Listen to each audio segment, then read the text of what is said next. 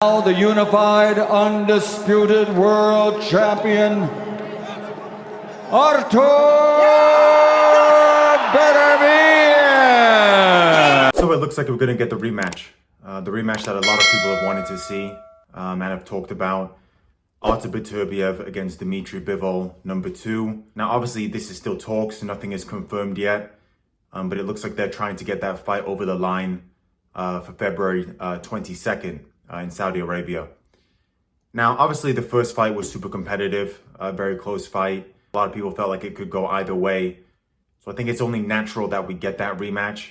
And it's actually great to have such a quick turnaround. Now, I think that quick turnaround favors Beterbiev. Reason being is because obviously he was coming off that knee injury. He was coming off the surgery and went straight into that Bivol fight. Now he's had that Bivol fight and is going into a quick rematch. Of course, the age as well. Artur Beterbiev is pushing 40 years old. So obviously the sooner it happens, the better it is for him.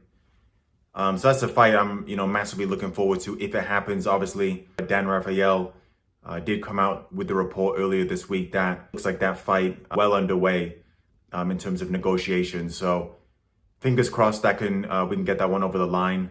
Obviously, February is not too far away, so if it is going to be on, there should be an announcement soon. As of that Dan Rafael report, there's actually other fights as well that are supposed to be on that card.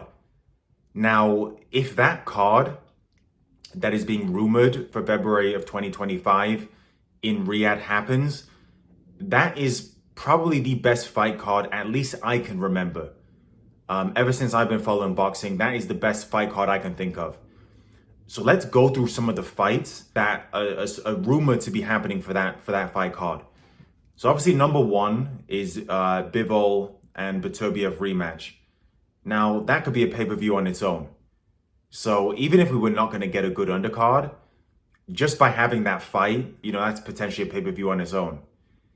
They're also talking about Daniel Dubois against Joseph Parker for the heavyweight world championship. Another outstanding fight. We're talking about Daniel Dubois, who in the last 18 months has beat Jarrell Miller. He's beat Filip Hrgović. He had that tough fight with Usyk.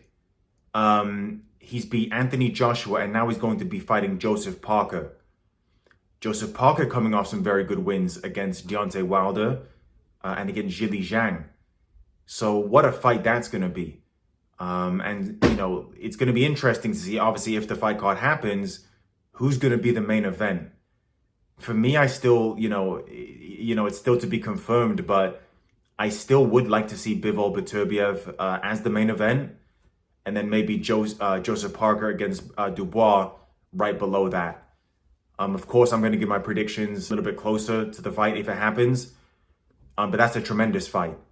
And Daniel Dubois deserves a lot of credit because that heavyweight run is outstanding. As for Joseph Parker, I think he's deserved a big fight, so he's going to get it if that fight happens and fully materializes. As well on the card, they're talking about Hamza Shiraz against Carlos Adames, so that will be for the 160-pound world title. I know that there was supposed to be purse bids between Janabek and Hamza Shiraz.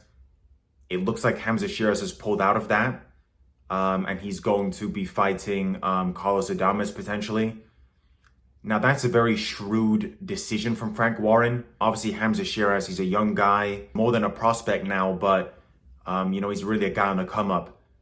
And Janabek, experienced, tricky, southpaw, very good amateur pedigree. That would have been a very, very tough fight. So, even though it's going to be for a world title, I think that was probably a smart decision from Frank Warren to move away from the Janabek fight. Obviously, that's a fight I think that Hamza Shiraz would take in maybe 2-3 years down the line. So that looks like it's going to be a smart decision. Also talk about Zhilei Zhang against Ajit Kabayel, another heavyweight fight, and that should be a great fight as well. Obviously, Kabayel coming off some very good wins against Makhmudov and Frank Sanchez, 2 very good wins. As for Zhilei Zhang, massive knockout against Deontay Wilder, good performances against Joyce. Obviously lost against Joseph Parker, but redeemed himself with a fantastic knockout against Deontay Wilder. Another exceptional fight that's supposed to be on this card. And look, already talking about this card is just insane. Turkey Al-Sheikh to really come into boxing only about a year ago, 2023, when it was Tyson Fury against Francis Ngannou. That was their first show. For a year and a little bit later to have this as a potential card is pretty insane. And almost every single one of these fights, they're all main events. Because if these were going to happen on separate shows, I would be making an individual video on each fight basically. So that just shows you, I mean, what an unbelievable card it is. Another fight on the card, Jaron Ennis against Virgil Ortiz. I mean, what a fight that is. That is an outstanding fight. Two guys who are bigger names in America. Obviously, Virgil Ortiz is with Golden Boy. Jaron Ennis has signed with Matchroom and Eddie Hearn.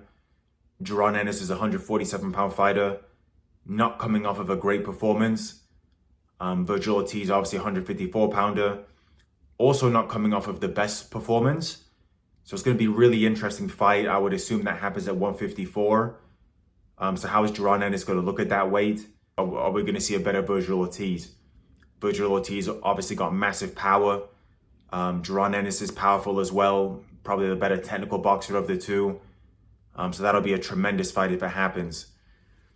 I think one of the potential fights as well, a lot of talk in the last day or so about potentially Shakur Stevenson against Floyd Schofield. Another exceptional fight. I think this is two young guys. Obviously, Shakur Stevenson is the more accomplished. But this is two young guys, undefeated Americans. Both can talk. There's a little bit of beef there. There's a little bit of history. Obviously, sparring stories we've heard about.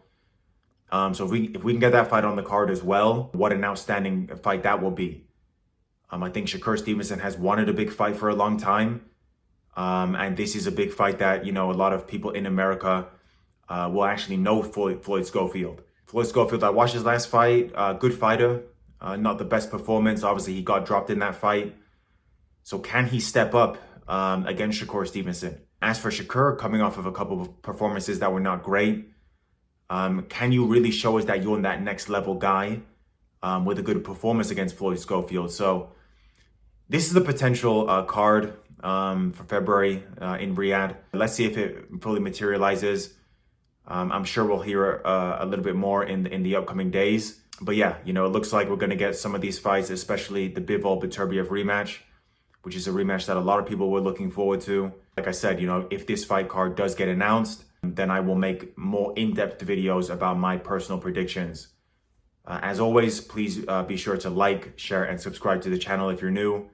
And I'll see you guys on the next one.